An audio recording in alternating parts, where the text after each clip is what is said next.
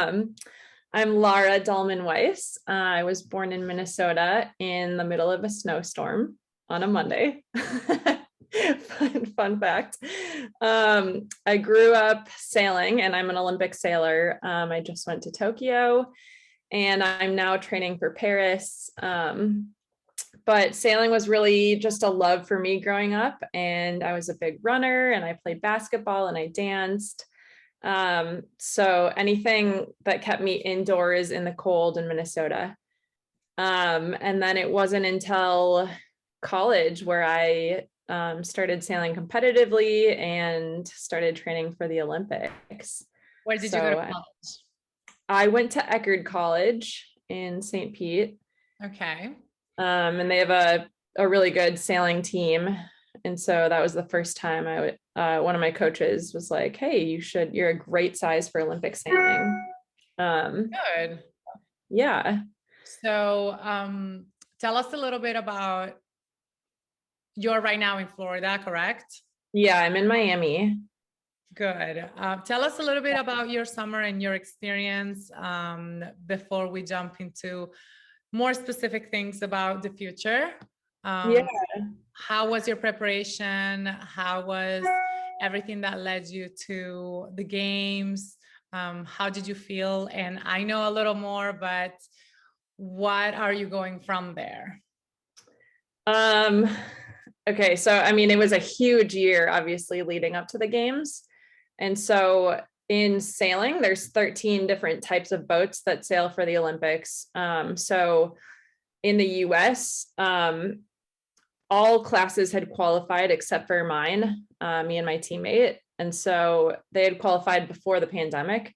And so the whole US sailing team was named except for us. And so it was us and two other boats competing. And so we had a crazy year of just coming out of lockdown, training in Miami, not knowing if we'd be able to go to Europe and train with our competitors. And we got like letters from the Spanish Sailing Federation. So they let us compete.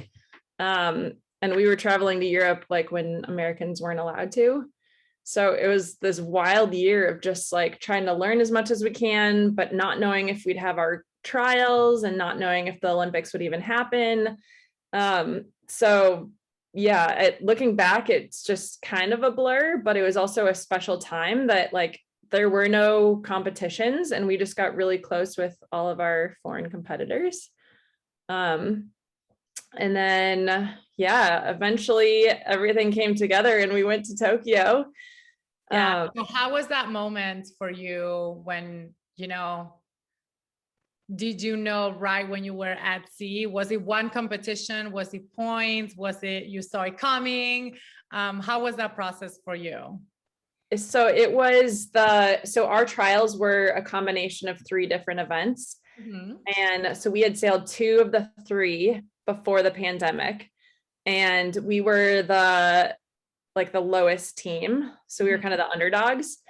And so we trained all year and just, really did it from a place of like love and being true to ourselves and like really getting down to the foundation of sailing and learning the boat and not copying anyone else. And so that it was super rewarding for our trials because we weren't nervous. It was more like, well, of course you're nervous, but it was more like we've given everything. Yeah.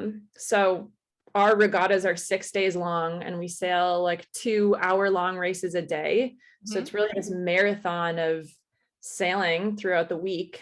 At what point of the week you knew that you guys made it? Was super close. It wasn't until the second to last day that the very last day, all of the top 10 teams compete for one last short race. Mm-hmm. And so the day before that, we were the only team that qualified for that top 10 spot. So we knew then. But we didn't know when we were on the water. We knew in our guts, but it wasn't official until we came back to shore. And Nikki just started bawling and she couldn't even steer the boat anymore.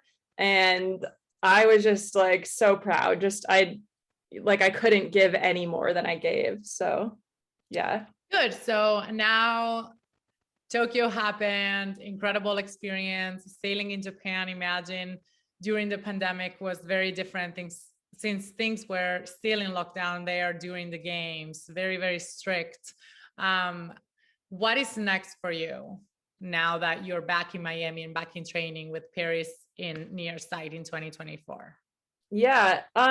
So the boat that I sailed in the Olympics was either 2 women on the boat or 2 men on the boat. But for Paris, they're combining. So there has to be a male and a female on the boat. So I can't keep sailing with my teammate, Nikki. I am looking for a male, looking for a couple males in my life. But yeah, so I'm trying out different people right now, but I'm also trying a different type of boat. So really it's just like being in Miami in the winter, that's the best place. That's where a lot of people come down to train. Training physically, because that's like a big thing under my control. And then how do you deal with your off season? Like, what are your routines? What are some of the factors that are really important for you when you are not on the water? I mean, just a lot of the gym strength, making sure that I'm ready. Like balance is a big thing for us. Our grip strength is huge because we're pulling ropes all day. So just testing everything. And I honestly never usually have an off season. Like we're usually going. So this is the first for me to have a true off season. It's kind of weird.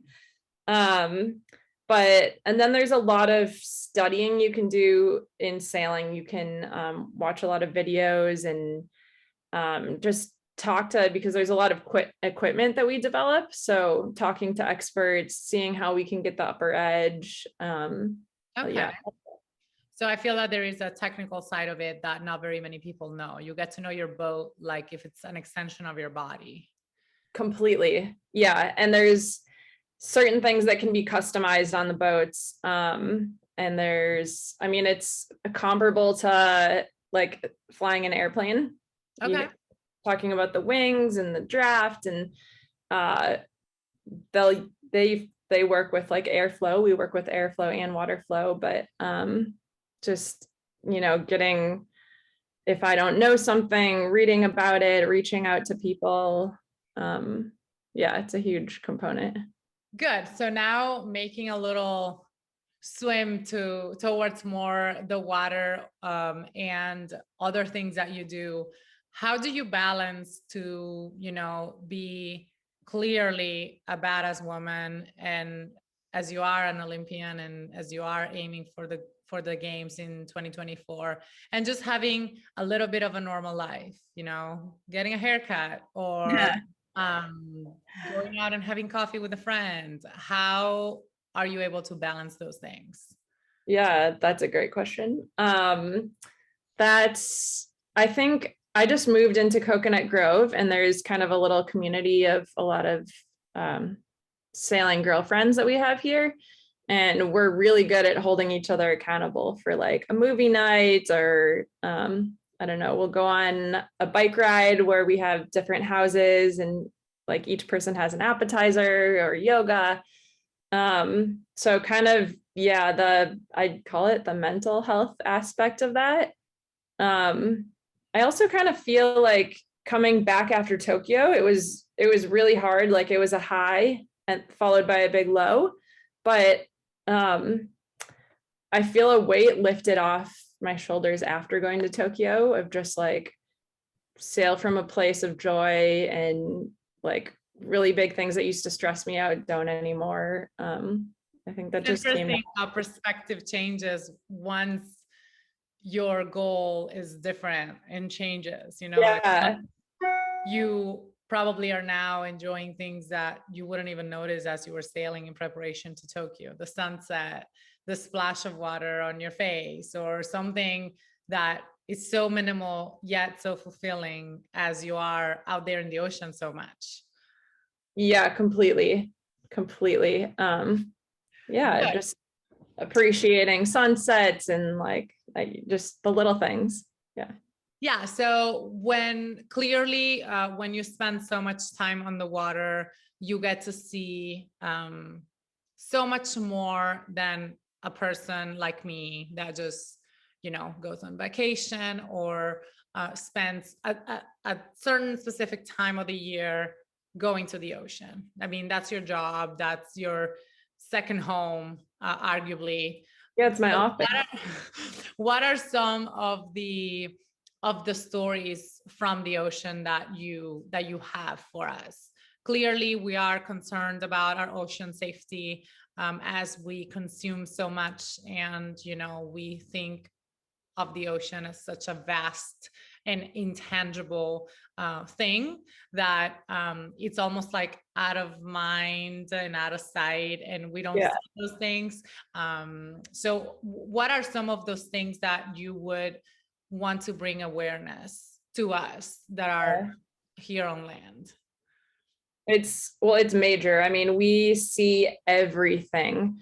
And I think sailing specifically, like that's part of what I love so much about the sport is that, I see flying fish, I see sea turtles, I saw a whale swam under us last year. We just see the most beautiful things. So we appreciate it so much. But there's so much trash. There's so much that just goes into the ocean. And I grew up in the Midwest, so a lot of friends that I've talked to are just so far from the ocean, but you don't realize everything that goes down the drain, in the toilet, through the rivers, it all ends up in the water and it all comes back to us. I guess one of the biggest things we don't specifically see is like the microplastics.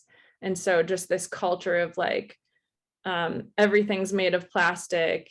It just doesn't ever break down and it gets so small you don't see it, but that goes into, the fish, it goes into our bodies. It's horrible. There's a lot of just blow off from the beach. So, you have a picnic and you don't even realize stuff like the wind blows it into the water. Different things like awareness of what products we're using that eventually goes in our water that, you take a shower, you wash everything off. So we're super conscious of what sunscreens we're wearing and the reef health. There's so much to see.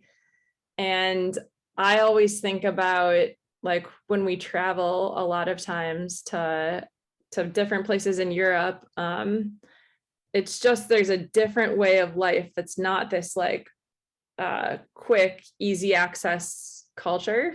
Mm-hmm. And we tend to, in the US, when I come back after traveling, I notice that everyone just, let's buy it on Amazon. Let's the coffee pot stopped working. Let's buy a new one instead of finding the part and fixing it up. And I think we have a long way to go in that, like recycling, reusing all of our own bags at the grocery store. I could go on for hours.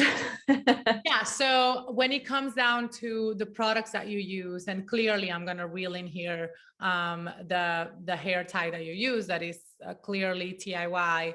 How do you think about the products that you use, when you use them, and why you choose them? Yeah. I mean, I rhymed there. I keep it going. I start with the things that I use every single day. So one of the big ones is sunscreen for me. Mm-hmm. And just to make sure that I at least know where it comes from, or there's something that says reef friendly. And I'm just starting to learn about shampoo and conditioner. Because of course you want products that work, but you want it to also be good for the environment if possible. So just starting to learn about all of that. Little things like, can you go to a farmer's market and not get like all of your fruit and vegetables in 3 different types of plastic bag? Yeah, when you start researching and like thinking about it, then you start to think about every aspect of your life.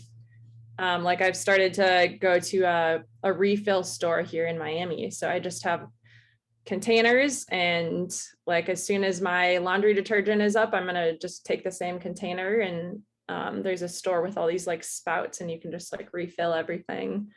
That's kind of cool. You know, you go in and like you get to choose which one you want to use, and you get that refill, and maybe switch some things up. When it comes down to hair ties, it's something very small, something that we've been reading about and we've been getting educated, you know, as a good, as you described, we don't think about it. It's something small that you grab at the drugstore, and you know, when it breaks, you lose them. You don't know when they end up, and maybe they're in our garden for years, and maybe they're in the ocean for years, and maybe a fish will eat it, or maybe an animal will eat it. And something we've noticed recurrently with TIY is that the lifespan of it, it's so long that we feel really comfortable making the statement that, you know, with one TIY, then you can probably reduce the amount of external drugstore hair ties that will end up lost. How do you feel about that statement? I 100% yes. It's funny because like I have thick hair, so I'm already at a 4 loop, but like a year later, I can still use the same one I've been using and just make it a 5 loop. So have you been using that specific hair tie for a year?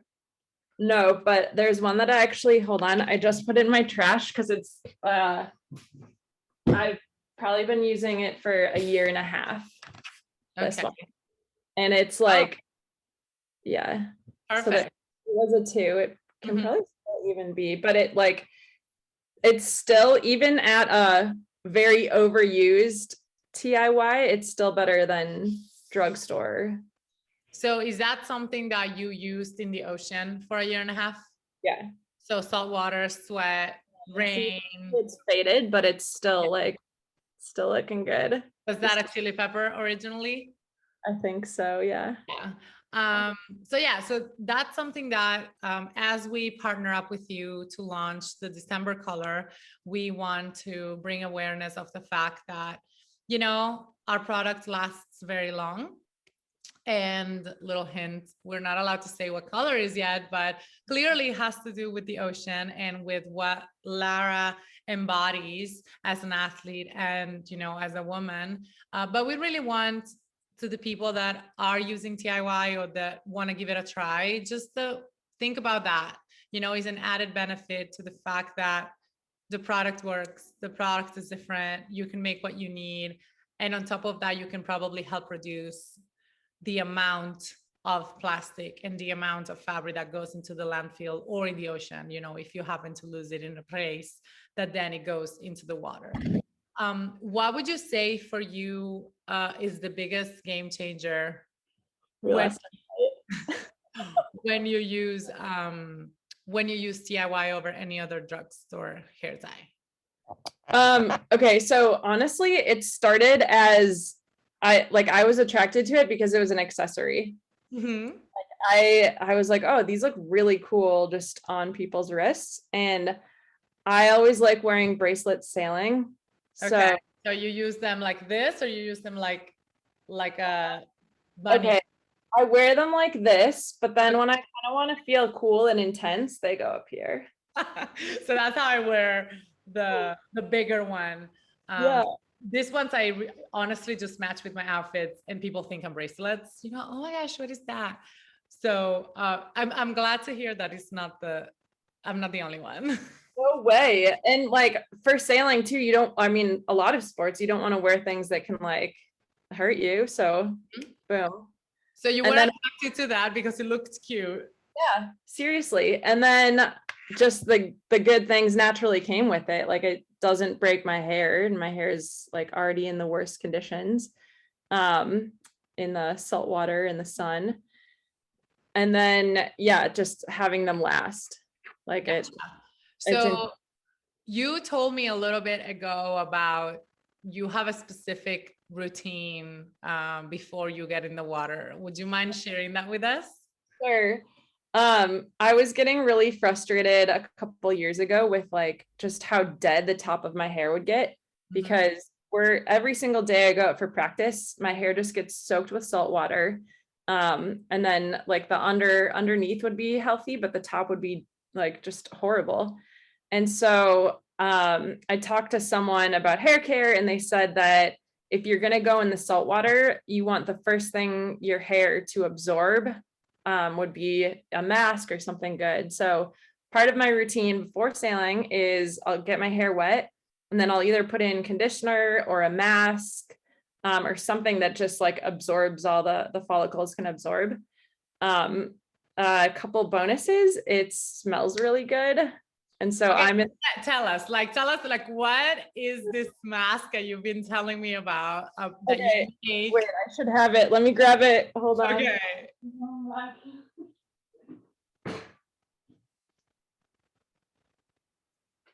Okay. The reason I liked it was because it was actually from Japan, and so we were training for Tokyo. But Okay. Larmia. Yeah. It smells so good, and it's just this like really thick mask, great for your hair. Okay. One bottle. Yeah. But so I just love that mask, and then or any kind of mask. And then when I get off the water, I don't have huge knots and just brush through it. It's been a game changer for me. So what type of hairstyle do you use when you're sailing? Okay, so I will either do a low bun if it's not very windy, because I want it to just be like pretty aerodynamic and out of the way. And then if it's windy and I do the mask because I'm gonna get soaked, I will do just a unit braid. Okay. Do you braid your own hair? Yeah. Good. When I was little, I always wanted my mom to braid my hair, and she couldn't learn how. She just didn't understand. We took lessons and it didn't work. So I just taught myself. Okay. I mean, yeah, my grandma used to braid my hair, and I'm very spoiled in that. So right now I can braid other people's hair, but when I braid mine is a disaster. It's bad. But what are you wearing hairstyle wise when you are not on the water? Not on the water. I guess I don't know. A lot of times my hair is like you never know what you're gonna get. So I'll see how it is when I wake up in the morning. If I can just wear it down, I will. When I go out, I like to just curl it. Yeah. So how whatever. Go ahead. It's really like whatever I'm meeting. Okay. Like if it's crazy, I've got to tame it down. So what would you say is the role of your hair expressing your personality and who you are? When I was growing up, it was like ringlets, and people would stop my mom and like ask if I was related to Shirley Temple, because I guess I had Shirley Temple hair. But now I'll wake up, and sometimes if I'm staying with like some teammates, we're on the road, they'll joke that it's like I really have like a lion's mane. Okay. And do you feel that resembles a part of your body? I mean, I think we could say that. Yeah. I'm definitely like my own person. There's no one like me. My brain thinks differently than other people. Yeah, I could be called a lion because you're like they're very chill, they're very very calm until it's time to like get work done. Then I go for it. Yeah, so something that clearly we stand for at TIY is the uniqueness of the individuals that use their product. And we are very, very proud of the fact that you decide to utilize our product and let us support you somehow in your journey as a woman. And on top of that, something that we really emphasize is that society has imposed on us sizes and things that, like in clothing, if we didn't know about sizes, we would probably wear what fits us the best emotionally and physically.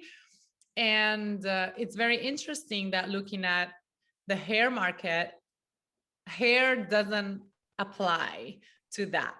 We use in our hair very expensive masks, or we go to the hairdresser and we spend a lot of money, but we don't see hair as part of our body, something that deserves to be put up with something that it fits.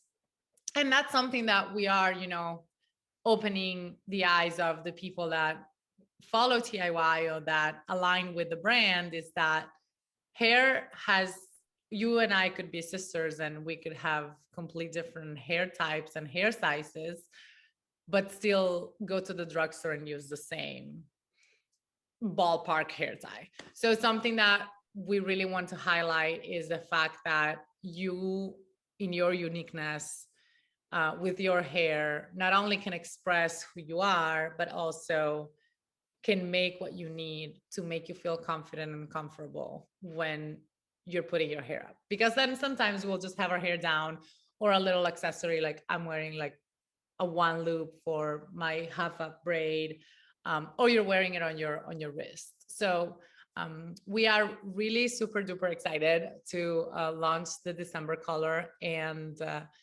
donate a percentage of the proceeds for those sales to an organization of your choice. And we'll announce it when that will be official, but we're really excited to always, support things that are close to your heart. Yeah. I think just to like add on to that, I think that's one of the, like when we first talked, I think that's one of like the biggest things that attracted me to TIYs is like you were highlighting how we're all so different. We're all so unique, but we can all share the same product and use it in different ways. And I think that's so special and that's incredible to point out. And I've just loved how you share everyone that uses it. And it's like, no one is like, I don't know, you don't have your athletes or your whoever you're sponsoring that are only highlighted. It's like every single person that uses it, you want to know, you want to share it. And I think that's really cool. And I think that's why I love like showing little girls about it and just letting them see how important it is to express themselves and and we're happy that you can see who wears DIY very easily. You spot the nod and it's us. So that's something that it's become kind of a thing, if you see somebody else, because we are very real, the same way we're having this conversation, we will have a conversation with a stranger on the street that is using it, and they're like, they recognize and they're like, oh, you're the hair tie girl. So it's really, I want to keep it this organic for as long as possible. And it's important for us to be able to highlight every person, whether you are an Olympic athlete or you are a mom that just doesn't want to do her baby's hair all the time. And if we can share that with the world and make a little bit of improvement in the confidence that we have as women amongst us, it's one of the things that really makes us happy. And one of the reasons why we started this company. I just wanted to wrap up thanking you for your availability and being so open about your stories from the ocean, your hair, your life. And I just want to make sure that that we're here for you. Anything that you might need. Hopefully we're going to throw a big party in Austin soon. And we'll be more than glad to have you over here if your schedule allows. So that's so exciting. I love that. Yes.